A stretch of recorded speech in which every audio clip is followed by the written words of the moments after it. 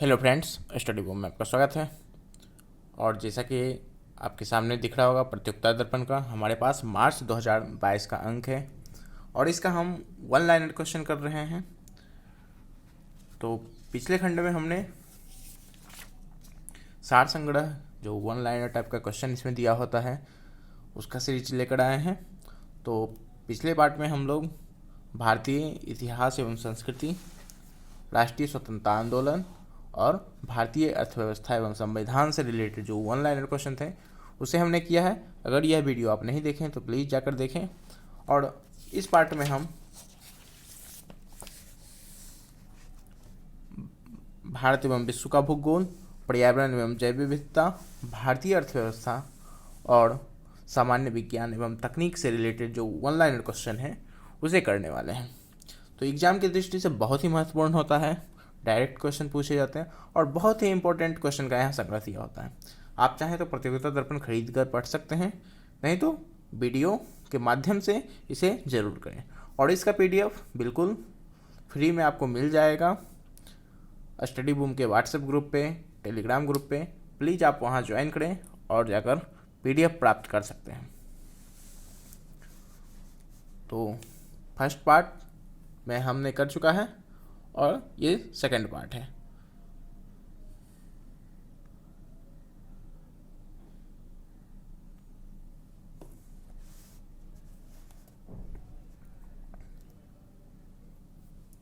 तो चलिए स्टार्ट करते हैं। भारत एवं विश्व का भूगोल से क्वेश्चन नंबर 31। भारत स्थित है, तो भारत की भौगोलिक अवस्थिति की बात कर रहा।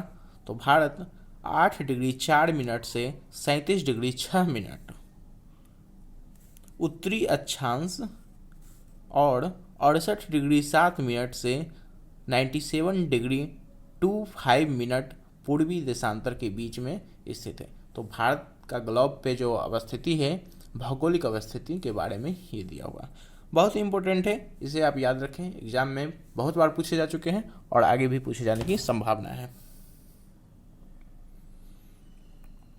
Question number 32।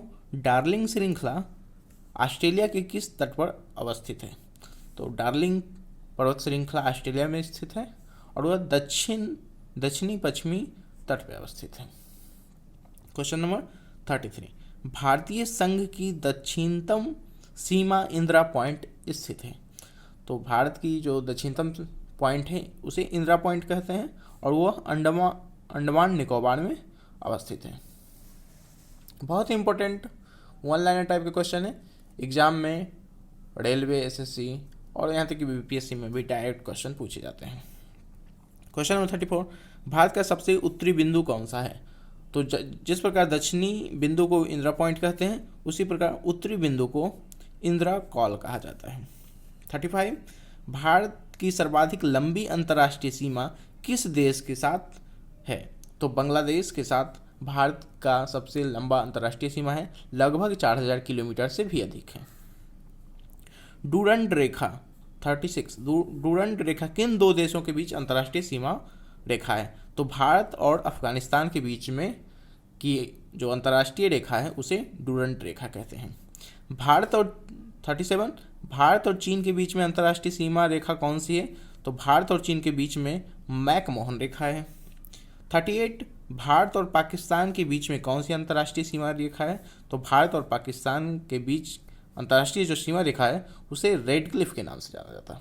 तो इस प्रकार डूरंड रेखा भारत और अफगानिस्तान के बीच में है, भारत चीन के बीच में मैकमोहन है और भारत और पाकिस्तान के बीच की रेखा को रेड क्लिफ रेखा के नाम से जाना जाता है। 39। आकार के हिसाब से सौरमंडल का सबसे बड़ा ग्रह कौन सा है? आप सभी जानते होंगे बृहस्पति है। Question number 40। पृथ्वी पर समुद्र तल से सबसे गहराई वाला स्थान कौन सा है? तो मैरियाना ट्रेंच। मैरियाना ट्रेंच जो है वो समुद्र में सबसे गहराई वाला बिंदु है, उसे मैरियाना ट्रेंच के नाम से जाना जाता है। तो इस प्रकार भारत एवं विश्व का भूगोल समाप्त हुआ। अब पार्ट है पर्यावरण एवं जैव विविधता का। Question number 41। भारत में अवस्थापित होने वाला पहला राष्ट्रीय उद्यान कौन सा है? तो कॉर्बेट राष्ट्रीय उद्यान कॉर्बेट नेशनल पार्क जो है वो भारत का पहला नेशनल पार्क है। बहुत ही इंपॉर्टेंट है ये। ओजोन 42, ओजोन बायोस्फीयर को बचाती है। बायोस्फीयर उसे कहा जाता है जहाँ पे जीव जंतु पेड़ पौधे का निवास स्थल को बायोस्फीयर कहा जाता है। तो ओजोन बायोस्फीयर को बचाती है। तो अल्ट्रा वायलेट किरणों से, सूर्य से निकलने वाली जो खतरनाक किरणें हैं, अल्ट्रा वायलेट रेडिएशन, उससे ओजोन हमारी रक्षा करती है। इसीलिए इसे पृथ्वी का सुरक्षा कवच भी कहा जाता है ओजोन मंडल को। 43, जैव विविधता का अर्थ है। जैव विविधता का क्या अर्थ है? एक निर्धारित क्षेत्र में विभिन्न प्रकार के पादप एवं जंतु, एक किसी निर्धारित क्षेत्र में अलग अलग प्रकार के पादप और जंतु की स्थिति है तो उसे जैव विविधता के नाम से जाना जाता है। 44, इकोलॉजी अर्थात पारिस्थितिकी शब्द का सर्वप्रथम प्रयोग किसने किया? तो टॉन्सले ने किया था। बहुत ही इंपॉर्टेंट है और एग्जाम की दृष्टि से बहुत ही इंपॉर्टेंट है, आपको इसे याद रखना चाहिए। इकोलॉजी शब्द का सर्वप्रथम प्रयोग टॉन्सले ने किया।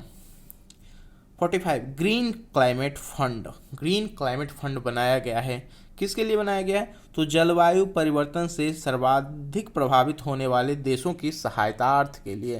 तो जलवायु परिवर्तन से जो देश प्रभावित रहते हैं उसकी सहायता के लिए ग्रीन क्लाइमेट फंड बनाया गया है। क्वेश्चन नंबर 46, पहाड़ों पर काफ़ी नमी और जल होता है फिर भी वहाँ मरुद्भिद क्यों नहीं होते हैं? अर्थात पहाड़ों पे पानी की मात्रा अधिक होता है फिर भी वहाँ पे वनस्पति का जो विकास होता है बहुत कम होता है। उसका कारण है कि ढलानों के कारण पानी बह जाता है और पौधों द्वारा उपयोग में नहीं लाया जा सकता है। पानी तो होते हैं लेकिन ढलान अधिक होने के कारण वो बह जाते हैं और उसके कारण वहाँ पे मरुद्भिद का जो उत्पत्ति होता है वह बहुत कम मात्रा में होता है। 47 बहुत ही इंपॉर्टेंट है। 47, वन्य प्राणियों के विलुप्तीकरण का कारण क्या है? तो कभी कभी बीपीएससी में ऐसा क्वेश्चन पूछ दिया जाता है, वन्य प्राणियों के विलुप्तीकरण का कारण क्या है? 4 ऑप्शन दे देते हैं, जैसे प्राकृतिक आवास का नष्ट होना, वन्य प्राणियों का अवैध वाणिज्यिक व्यापार और जनसंख्या की तीव्र वृद्धि। ये सारे वन्य प्राणियों के विलुप्तीकरण का कारण है। प्राकृतिक आवास जैसे जैसे घटेंगे वन्य प्राणी विलुप्त होते जाएंगे।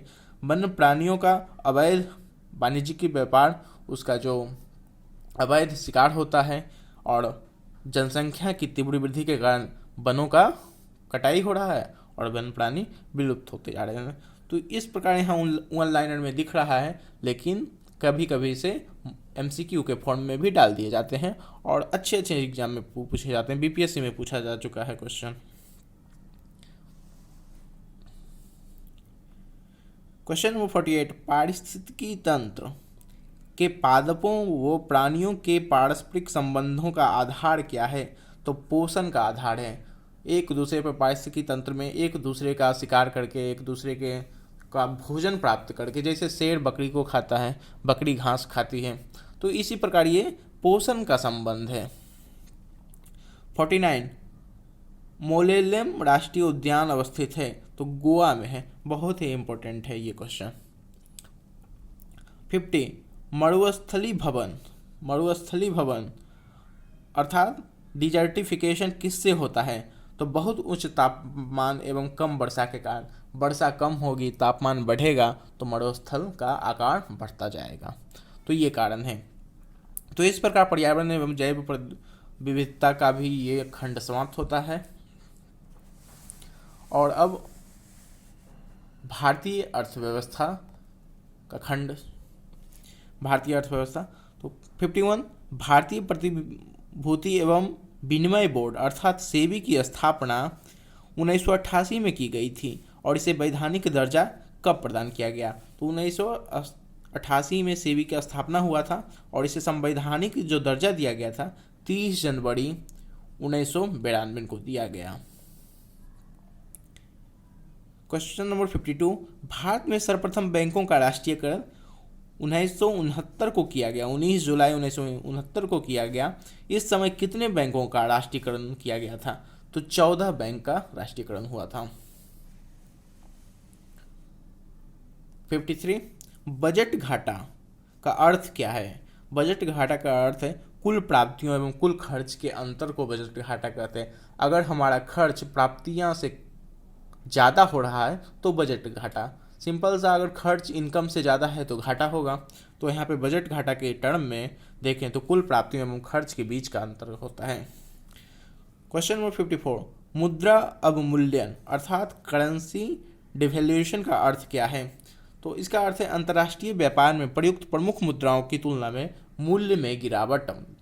जैसे रुपया का अवमूल्यन हो रहा है, किसके संदर्भ में? डॉलर के संदर्भ में। 55, भारतीय अर्थव्यवस्था इंडियन इकोनॉमी में भुगतान संतुलन के विपरीत होने की दशा में कौन सा कदम स्थिति सुधारने में सहायक होगा? तो अवमूल्यन, इसका आंसर होगा अवमूल्यन। अगर भुगतान संतुलन विपरीत है, उसे सुधारना है तो मुद्रा का क्या करना पड़ेगा? अवमूल्यन करना पड़ेगा। 54 और 55 को कंबाइंड रूप में आप समझें तो आसान होगा। क्वेश्चन नंबर 56, भारत में कर्मचारियों के महंगाई भत्ते निर्धारित करने का आधार क्या होता है? तो कर्मचारियों के महंगाई भत्ते का निर्धारण का आधार होता है कंज्यूमर प्राइस इंडेक्स अर्थात CPI, उपभोक्ता मूल्य सूचकांक के आधार पर। 57, कौन से सूचकांक मानव विकास सूचकांक अर्थात HDI ह्यूमन डेवलपमेंट इंडेक्स अर्थात मानव विकास सूचकांक की गणना में सम्मिलित किए जाते हैं? तो 3 सूचकांक हैं, पहला जीवन प्रत्याशा, दूसरा शिक्षा और तीसरा प्रति व्यक्ति आय। तो एक व्यक्ति कितना लंबा जीवन जी सकता है उसे जीवन प्रत्याशा कहते हैं। शिक्षा कितना शिक्षित है और उसकी प्रति व्यक्ति आय क्या है, इनकम क्या है, तो इसी पे ह्यूमन डेवलपमेंट इंडेक्स HDI का निर्धारण किया जाता है। क्वेश्चन नंबर 58, सरकार ने देश में बीमा व्यवसाय के नियमन के लिए किस संस्था का गठन किया है? तो बीमा व्यवसाय के नियमन के लिए बीमा विकास निगम अर्थात इंश्योरेंस डेवलपमेंट कॉरपोरेशन का गठन किया। क्वेश्चन नंबर 59, भारत में आर्थिक सर्वेक्षण सरकारी तौर पर प्रकाशित किया जाता है, तो किसके द्वारा किया जाता है आर्थिक सर्वेक्षण का प्रकाशन? वित्त आयोग के द्वारा किया जाता है। 60, स्वतंत्रता प्राप्ति के बाद से भारतीय रुपये का कितनी बार अवमूल्यन किया जा चुका है? तो अब तक 3 बार किया जा चुका है। बहुत ही इंपॉर्टेंट है, एग्जाम में आ चुका है और आगे भी आने की संभावना है। तो भारतीय अर्थव्यवस्था का ये खंड भी समाप्त हुआ और अब देखते हैं सामान्य विज्ञान एवं तकनीकी से रिलेटेड कुछ 1 लाइनर क्वेश्चन जो कि बहुत इंपॉर्टेंट है। 61, स्लीप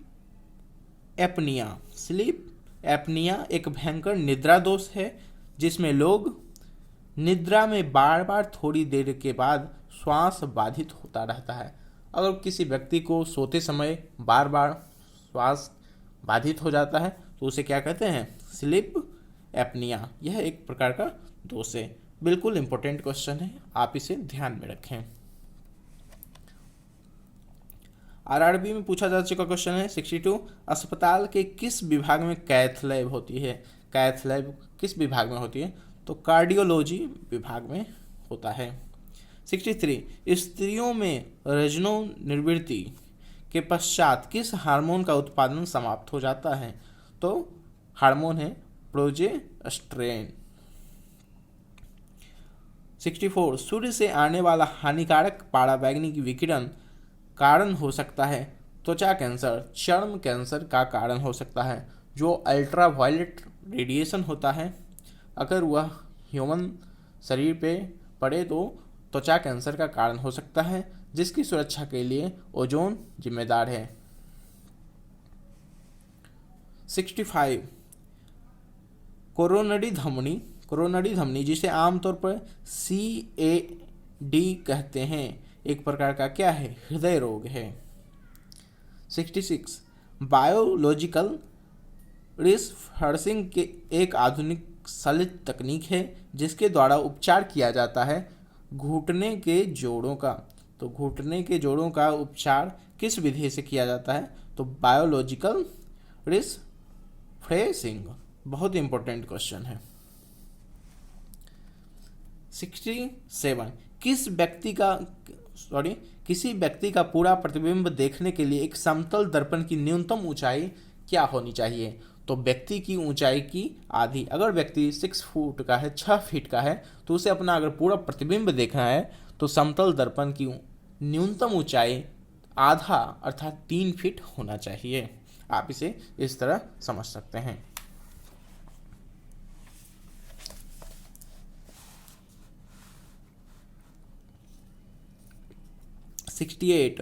होमी भाभा पुरस्कार किस क्षेत्र में विशेष योगदान के लिए दिया जाता है?